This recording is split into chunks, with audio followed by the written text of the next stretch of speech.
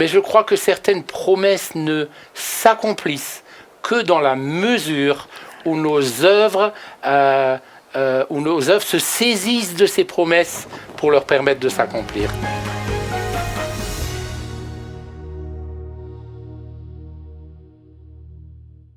Je pense que souvent on a essayé de séparer la foi des œuvres et on en a fait deux entités différentes. Okay. Je crois pour ma part que les œuvres ne peuvent pas se séparer d'une foi réelle.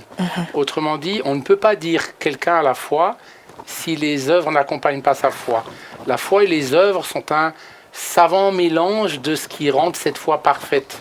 Et vous savez, moi, quand je me suis converti, je suis parti de ce verset qui dit « Fais ce que ta main trouve à faire ».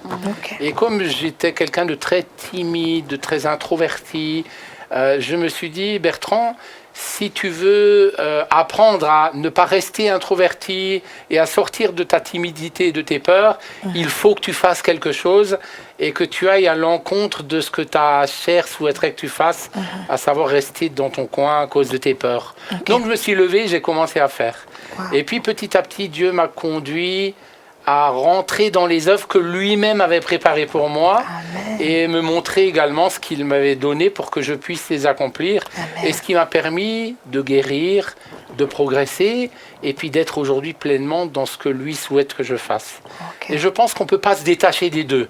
La foi vient à la fois de ce que dit la parole de Dieu. Il est important de la lire, de la saisir, de se saisir des promesses de Dieu. Mais je crois que certaines promesses ne s'accomplissent que dans la mesure où nos œuvres se saisissent de ces promesses pour leur permettre de s'accomplir.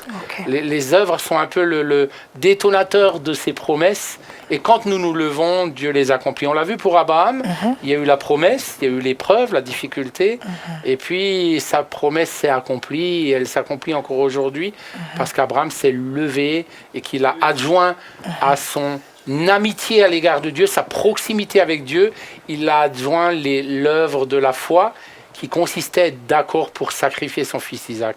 Ok, gloire à Dieu. Donc que Dieu nous aide à Amen. faire la part des choses. C'est ça, ouais, c'est ça. Que Dieu nous aide. Et tu vois, aussi Bertrand, je pense à des personnes qui seraient que dans la foi sans les œuvres. Bon, la Bible dit que la foi devient inutile, c'est un mot fort, hein, inutile. Et je me suis rendu compte que lorsque les personnes connaissent très bien la Bible, ont tendance d'ailleurs à presque prêcher à tout le monde sans avoir les œuvres, c'est presque, alors pas toujours, mais souvent des personnes qui sont un peu moralisatrices et elles n'ont pas le vécu du terrain, si je peux dire, de l'homme en fait.